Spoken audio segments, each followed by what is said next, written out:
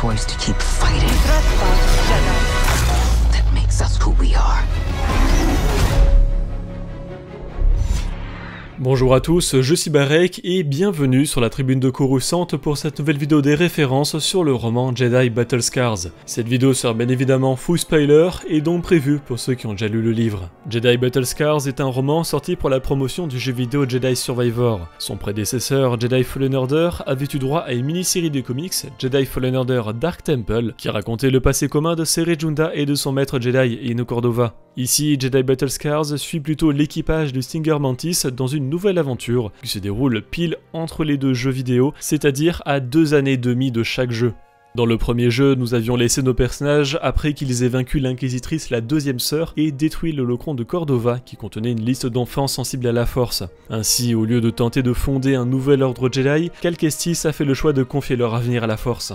Et Jedi Battle Scars fait énormément de références au premier jeu, références sur lesquelles je ne vais pas forcément m'attarder énormément, mais je suis obligé de les citer. Déjà dans l'équipage du Stinger Mantis, le nom du vaisseau de l'équipage, on retrouve donc le chevalier Jedi Cal Kestis, sa maître Jedi à temps partiel Cere Junda, le pilote latéraux Gris Dritus, la Zabrak dathomirienne Merrin et le druide BD1. L'histoire commence par une attaque contre la nuée d'action, le syndicat du crime dirigé par l'Umbaran Sorc Tormo qui en veut à Gris Dritus suite à ses nombreux paris dans sa vie précédente, et qui en veut désormais aussi à Cal Kestis après qu'il ait fui leur base d'Ordo Eris. Cal Kestis se rappelle aussi à ce moment son ancien maître Jedi, le Lassat Jaro Tapal, tué durant l'Ordre 66 et qui lui a légué son sabre laser. Sabre laser qui n'est plus tout à fait le même d'ailleurs puisqu'il a été gravement abîmé par des soldats clones, mais Cal a pu le réparer sur Ilum en le combinant au sabre laser de Cere Junda. Cal Kestis se rappelle ensuite là où il a passé les 5 premières années de l'Empire comme ferrailleur sur la planète Décharge et qui est devenu Bracca. En affrontant la nuée d'action, Cal Kestis se rappelle de son combat contre Logdo Bogdo, une sous-espèce de Logdo, une sorte de gros crapaud de la planète Bogano. Mais la mention de Logdo Bogdo ne sort pas de nulle part. En effet, Jedi Fallen Order propose environ un mini-boss par planète, qui est souvent une version améliorée d'un ennemi de ladite planète. Logdo Bogdo est donc celui de Bogano, mais surtout affrontable dès le tout début du jeu et assez difficile sans aucune amélioration. Mais la récompense vaut le coup puisque Cal obtient le meilleur des ponchos, le poncho rose, qui est d'ailleurs cité dans Jedi Battle Scars. Une des thématiques du roman est que Cal veut protéger sa nouvelle famille et donc veut éviter de les emmener dans des situations dangereuses. Sauf que pour faire ça, il est contraint de les exclure de plus en plus, mais on peut comprendre Cal surtout par rapport à son passif avec Prof, son seul ami de Bracca tué par la deuxième sœur, et il s'en souvient également dans le roman. Merrin se remémore aussi ses traumatismes du passé, que ce soit avec Taron Malicos, le Jedi survivant de l'Ordre 66 qui était corrompu par la planète Dathomir, ou surtout le massacre de Dathomir. Au début de la guerre des clones, Dark Tyrannus, le nouvel apprenti de Sidious, prit comme assassin personnel une ancienne sœur de la nuit du nom d'Asajj Ventress. Mais lorsque sa puissance devint trop importante, Tyrannus tenta de l'exécuter afin qu'elle ne devienne pas une menace pour les Sith. Ventress survécut et se réfugia auprès de sa famille de sang, les sœurs de l'ennemi de Dathomir. La mère l'a pris en charge, lui promit de l'aider à se venger des Sith, et elles organisèrent une tentative d'assassinat dans la demeure de Tyrannus sur Sereno, conclue par un échec. Ironiquement, Tyrannus se tourna vers Talzin pour requérir un remplaçant à Ventress, car son maître Sidious a un lourd passif avec la mère du clan. En effet, des années avant à la menace fantôme, Talzin s'est associé à Dark Sidious pour étudier le côté obscur et la magie. Leur alliance mena jusqu'au point où Sidious prit comme apprenti Maul, le fils de Talzin. Mais pour revenir à la guerre des clones, les frères de la nuit sélectionnèrent un certain Savage Opress comme nouveau prétendant au poste d'assassin Sith de Tyrannus. Le seigneur l'entraîna, mais il s'agissait encore d'une ruse d'Asajj Ventress et Talzin qui manipulèrent l'esprit de Savage Opress pour affronter ensemble Dark Tyrannus. Bien évidemment, la tentative d'assassinat fut une nouvelle fois un échec, mais cette fois-ci, Tyrannus déchaîna ses forces armées dirigées par le général Grievous contre les Sœurs de la Nuit qui furent décimées en très grande partie. Merrin, elle, survécut seule pendant un moment avant de rencontrer le fameux Taron Malicos et surtout Cal Kestis. Mais que ce soit dans Jedi Fallen Order comme Jedi Battle Scars, Merrin évoque discrètement le nom de Illyana, une autre Zabrak de Dathomir avec qui elle était très proche. Illyana fut tuée durant le massacre, mais elle avait confectionné un collier pour Merrin, qu'elle porte d'ailleurs toujours à cette époque. Et ce collier est tellement important pour Merrin que c'est l'un des seuls éléments qu'elle a aussi gardé dans sa tenue de Jedi Survivor. Un 6e membre du Stinger Mantis est présent dans le roman, il s'agit d'une Bogling, une petite créature de Bogano que Cal Kestis a sauvée et qui se réfugie depuis dans le système de ventilation du Stinger Mantis.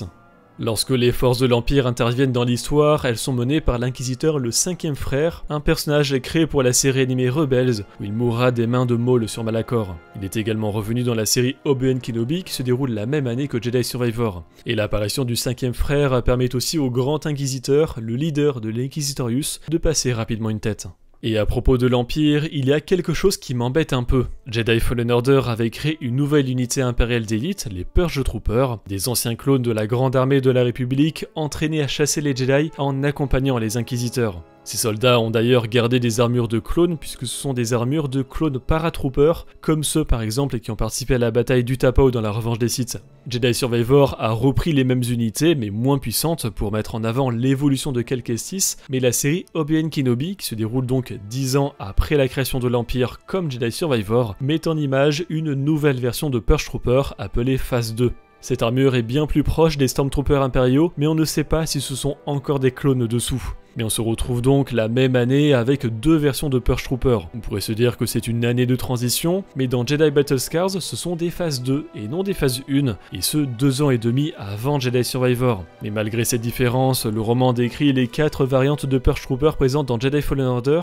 avec le commandant Purge Trooper avec son blaster, le Purge Trooper à électrobâton, le Purge Trooper à bâton statique et le Purge Trooper à électromasse.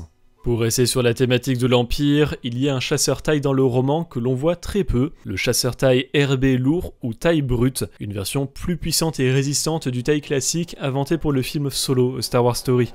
Face à l'Empire, Cal se blesse mais BD1 est toujours avec lui pour lui fournir des stims, une substance capable de soigner très rapidement et surtout une mécanique du jeu très importante dans Jedi Fallen Order. En affrontant le 5e frère, l'inquisiteur coupe un des 4 bras de Grisetus, élément évidemment repris dans la suite Jedi Survivor, où le latéraux s'est fait installer une prothèse mécanique. Dans le roman, Grease parle aussi de prendre une certaine forme de retraite, ce qu'il fera donc en fondant le Pyloon Saloon, un bar sur la planète Kobo. En parlant de foreshadowing de Jedi Survivor, c'est Serine Juda qui dit aussi vouloir commencer à récolter des données sur les Jedi pour les conserver. C'est ce qu'elle fera lorsqu'elle rejoindra les Anachorets Narkis sur Jedha pour fonder les Archives, une immense banque de données cachées dans le désert faisant partie du Passage, une organisation aidant les êtres sensibles à la force à se cacher de l'Empire. Dans l'histoire de Jedi Battle Scars, l'équipage du Singer Mantis croise la route de Chelwinark Fesselrin, souvent surnommé Chel ou Fret, une Keshiri déguisée en Stormtrooper est venue avertir les rebelles d'une nouvelle arme impériale, le voile, un puissant outil de dissimulation. Les Keshiri sont une espèce de l'univers légende originaire de la planète Kesh et développée principalement par John Jackson Miller dans sa série d'e-books La Tribu perdue des Sith, mais aussi développée dans la série de romans Le Destin des Jedi. Le voile est un puissant outil mais difficile à produire car il requiert de la myrkanite, un minerai rare déjà mentionné dans le roman Podabron Chute Libre mais qui provient du jeu vidéo légende Lethal Alliance. Dans le légende, des mines de myrkanite se trouvent sur Mustafar. La personne qui a aidé Fret à retrouver le Stinger Mantis est Keris Lar, un homme Wati originaire d'Alderaan, qui a d'ailleurs connu la famille royale dont Bail Prestor Organa, le père adoptif de Leia Organa. Mais il vit désormais sur Osten Prime, la future capitale de la Nouvelle République, détruite par le Premier Ordre dans le réveil de la Force. Décidément, partout où il va, la planète explose. Mais Keris Lar est un homme Wati, une espèce de presque humain inventé pour le roman légende La Quête des Jedi, premier tome de la trilogie L'Académie Jedi, où leur description a été basée sur le personnage de Mère Meia, une femme du téléfilm Autant de la Guerre des Étoiles, ou Holiday Special, dont la scène a été coupée au montage français car trop explicite. Elle est en fait un hologramme assez sensuel que regarde un Wookiee dans une sorte de casque de réalité virtuelle. This is our moment together in time, that we might turn this moment into an eternity. L'affrontement entre l'équipage du Singer Mantis et le 5e frère a eu lieu sur Murkana City, sur la planète Murkana, une planète lourdement touchée par la guerre des clones, inventée pour le roman légende Dark Lord, l'ascension de Dark Vador. Mais son passé avec la guerre a été conservé dans l'idée, dans le canon, puisque déjà dans le roman Tarkin, on nous parlait de bombardements subis par la planète. Et on retrouve dans le roman une espèce qui vit sur Murkana, les Sugi, des aliens créés dans un arc annulé de la saison 6 de The Clone Wars sur Utapau, mais qui reste tout de même canon. Vous pouvez d'ailleurs regarder les 4 épisodes de cet arc avec une animation non terminée sur YouTube. Pour combattre le cinquième frère, Meryn utilise le chant de résurrection, un puissant pouvoir de la magie des Sœurs de la Nuit, utilisé pour la première fois dans The Clone Wars lors du massacre de Dathomir. Grâce à ce pouvoir, les sorcières sont capables de ressusciter les morts qui deviennent des marionnettes à leur service. La vieille Daka l'utilise sur Dathomir, Meryn l'utilise contre Cal Kestis dans Jedi Fallen Order, ainsi que les grandes matriarches sur Peridea dans la série Ahsoka qui font revenir des Stormtroopers. Au début du roman, Cal Kestis se rappelle d'un objet dont lui a parlé Cere Junda, le diadème de Saresh, un artefact Jedi qui améliore la connexion et les capacités de celui qui le porte à la Force.